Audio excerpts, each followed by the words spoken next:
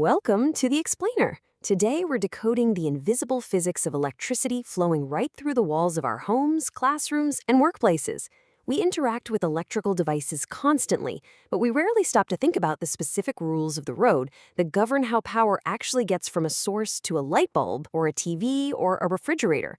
So we're going to unpack a totally fundamental concept in electrical engineering, the series circuit. Okay, let's dive right into this with a core mystery. When you flip a switch and a whole row of lights illuminates in a classroom, or you plug multiple things into a power strip, how are those objects actually communicating with the power source? What invisible physical pathways link those everyday appliances together to make them function?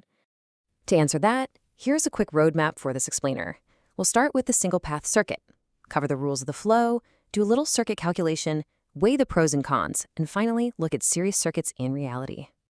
All right, Section 1, the single-path circuit. This is all about one continuous loop. The absolute easiest way to visualize this is to imagine cars driving along a single-lane highway. A series circuit is a setup where components are connected sequentially, creating a single path for the current flow. I want you to really focus on that phrase, single path. There are no detours, no side streets, no alternate routes. Everything has to happen in one continuous line. And this brilliantly illustrates exactly what we mean. Imagine a battery acting as our power source, connected by a wire to 5 different light bulbs. The wire goes from the battery straight into the first bulb, out of the first bulb, directly into the second, and so on, until it completes the loop back at the battery. The electricity literally has no choice but to travel sequentially through every single bulb to complete its journey.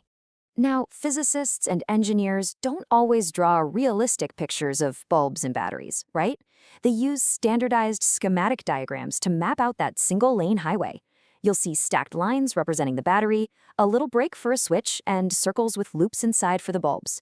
But the core concept remains totally identical. It is one continuous loop. So, how does traffic behave on that highway?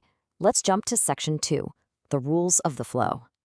Think of this as your cheat sheet for the strict traffic laws of this electrical path. First, current, which is the flow rate. In a series circuit, current remains constant everywhere. Second, voltage, or the electrical pressure. The total voltage from the battery actually divides and is shared across the components. And finally, resistance, the bottlenecks. Just like voltage, the individual resistances of each bulb add up to create a much larger total resistance. Now, what's really interesting here is how the physics prove our first rule. If you drop an ammeter directly into this path, let's say it reads 0.3 amps. Because this is a series circuit, that 0.3 amps of current is exactly the same everywhere. It doesn't drop after it passes through the first bulb, or the second, or the third. The flow rate is absolutely constant throughout the entire loop. But it's a completely different story when we measure the voltage. If a voltmeter is placed across just one single bulb in the sequence, you'll see a change. While our battery might be pushing with 9 volts of total energy, it might only read 3 volts across this specific bulb. That perfectly demonstrates our second rule. The total voltage is divided and shared. 3 volts for the first bulb, 3 for the second, and 3 for the third, all adding up beautifully to our 9-volt total. Okay, Section 3, calculating the circuit. With our cheat sheet rules established, this is just a fun logical puzzle. We're going to treat this like a scientific investigation. Let's say we have a 9-volt power source and 3 resistors on our single path. Resistor 1 is 3,000 ohms, resistor 2 is 10,000 ohms, and resistor 3 is 5,000 ohms. Our goal here is to figure out the total resistance and exactly how much current is flowing through this setup. We can break this complex math down into 3 really achievable steps using Ohm's law, which simply states that voltage equals current multiplied by resistance. Step 1, find the total resistance by just adding all the individual resistors together. Step 2, find the total current by dividing our total voltage by that new total resistance. And step 3, if we needed to, would be finding individual voltages by multiplying our total current by each individual resistance. Let's knock out step 1. We look at our 3 resistors, 3,000, 10,000, and 5,000. Because our rule states that resistance simply adds up in a series circuit, we literally just add 3,000 plus 10,000 plus 5,000, and boom, that gives us our grand total resistance for the entire circuit, 18,000 ohms. So the crucial point is how this affects our current in step 2. We take our 9 volts and divide it by that massive 18,000 ohms of resistance. The result? 0.0005 amps, or 0.5 milliamps. And thanks to our series circuit rules, we know for a fact that this tiny 0.5 milliamp current is constantly and equally flowing through every single part of that loop. Moving right along to section 4, pros and cons. Why do we even choose to build a circuit this way? As with everything in engineering, it comes down to trade-offs. On the advantages side, series circuits are incredibly simple to design. Because there's only one path, troubleshooting is a breeze. They also don't overheat easily, and you get direct control over the total resistance. But on the flip side, because the voltage divides among components, adding more loads limits the energy available to each one. Plus, more components mean higher total resistance, reducing your overall current. But honestly, there is one disadvantage that is vastly more important than all the rest. If one point breaks, the whole circuit will break. This is absolutely the fatal flaw of the series circuit. Let's go back to our single-lane highway metaphor for a second. If a bridge washes out on a one-way single-lane road, what happens? All traffic comes to a grinding immediate halt. There is nowhere else for those cars to go.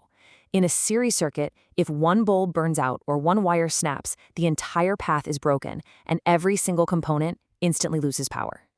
Let's move to section 5 and see how this builds into reality.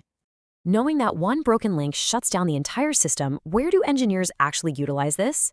Well, there are some fascinating everyday applications sitting in your house right now. The switch on a standard power strip is connected in series with all the outlets on it. Transformers are connected in series with the wider power distribution grid. But most importantly, safety devices like circuit breakers and fuses are exclusively wired using series circuits. That right there reveals a brilliant engineering strategy. We just talked about the fatal flaw of a series circuit, that if one point breaks, everything dies. Well, when it comes to a circuit breaker or a fuse, we actually want that fatal flaw. A fuse is literally designed to intentionally break the single-lane highway if a dangerous surge of electricity happens. By placing it in a series with your expensive TV or refrigerator, the breaking of the fuse instantly halts the flow of dangerous current, saving your appliances and protecting your home. I want to leave you with a provocative thought experiment to solidify everything we've covered about the single path today. Imagine if your entire home was wired as one giant series circuit. What would happen to the food in your refrigerator if you simply used the remote to turn off your television? Think about that single-lane highway and what happens when the bridge is out. Thank you so much for joining me for this explainer. I hope it sparked your curiosity, and I bet you're already wondering about the alternative way to wire a house, which we'll absolutely be covering in our next explainer on parallel circuits.